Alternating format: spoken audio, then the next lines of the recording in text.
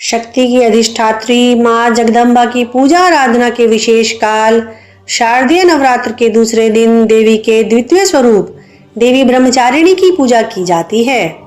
माँ के स्वरूप को ज्ञान, तपस्या और वैराग्य की देवी माना जाता है। पूर्ण चंद्रमा के समान निर्मल कांतिमय भव्य रूप और दो भुजाओं वाली ब्रह्मचारिणी सर्वव्यापी ब्रह्मांडीय चेतना का दूसरा स्वरूप है। उनके बाएं हाथ में कमंडल और दाएं हाथ में जप की माला रहती है। सत्य चित्त आनंदमय ब्रह्म की प्राप्ति कराना ही ब्रह्मचारिणी माता का स्वभाव है। इनका वाहन शिखर अर्थात पर्वत की चोटी को ही बताया गया है।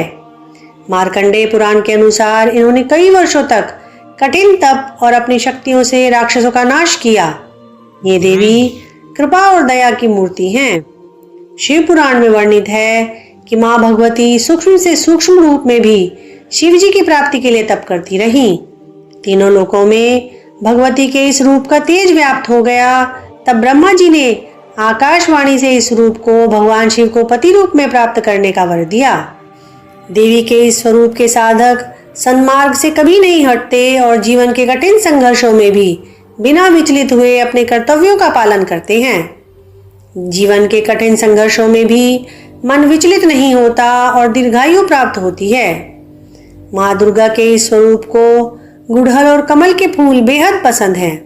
नवरात्र के दूसरे दिन इन्हीं पुष्पों को अर्पित करने तथा चीनी मिश्री और पंचामृत का भोग अर्पित करने से भगवती अतिशीघ्र प्रसन्न होकर साधक को लंबी आयु, सौभाग्य और प्रत्येक कार्य में सफलता प्रदान करती हैं।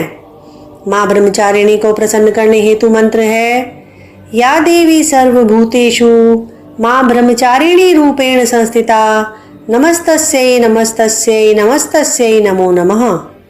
दूसरे नवरात्र के दिन इस मंत्र का अधिक से अधिक जाप करने से साधक को ज्ञान, एकाग्रता और आत्मविश्वास की प्राप्ति होती है।